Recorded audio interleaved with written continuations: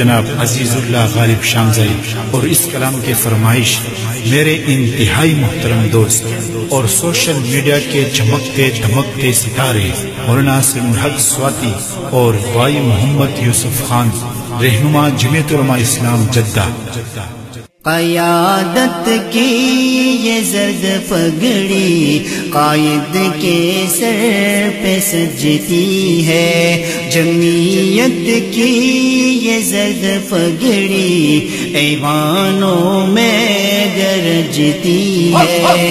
قیادت کی یہ زرد پگڑی قائد کے سر پہ سجتی ہے، جمعیت کی یہ زرد پگڑی ایوانوں میں گرجتی ہے۔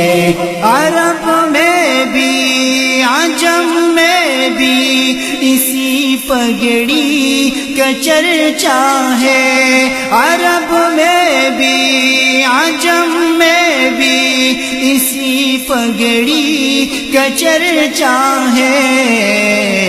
امامت کی یہ زرد پگڑی ہمیشہ اونچی رہتی ہے، قیادت کی یہ زرد پگڑی قائد کے سر پہ سجتی ہے، جمعیت کی یہ زرد پگڑی ایوانوں میں گرجتی ہے۔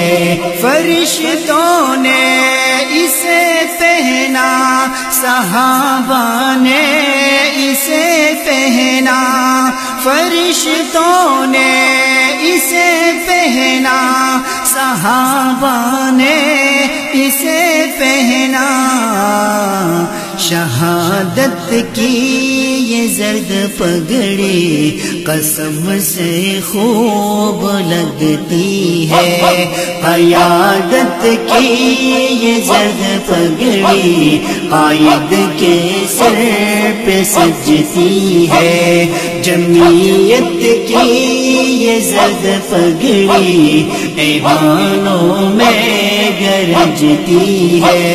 بدر میں حضرت زبیر نے بھی اس کو پہنا تھا، بدر میں حضرت زبیر نے بھی اس کو پہنا تھا۔ شجاعت کی یہ زرد پگڑی قیادت پر سنورتی ہے، قیادت کی یہ زرد پگڑی قائد کے سر پہ سجتی ہے، جمعیت کی یہ زرد پگڑی ایوانوں میں گرجتی ہے۔ قائد کی ہر ادا ہر قول فعل اسلاف کی تصویر، قائد کی ہر ادا ہر قول فعل اسلاف کی تصویر۔ شرافت کی یہ زرد پگڑی دلوں پر راج کرتی ہے، قیادت کی یہ زرد پگڑی قائد کے سر پہ سجتی ہے، جمعیت کی یہ زرد پگڑی ایوانوں میں گرجتی ہے۔ جمعیت کے اکابرین شیخ الحدیث شیخ القرآن، جمعیت کے اکابرین شیخ الحدیث شیخ القرآن۔ فضیلت کی یہ زرد پگڑی اندھیروں میں چمکتی ہے، قیادت کی یہ زرد پگڑی قائد کے سر پہ سجتی ہے، جمعیت کی یہ زرد پگڑی ایوانوں میں گرجتی ہے۔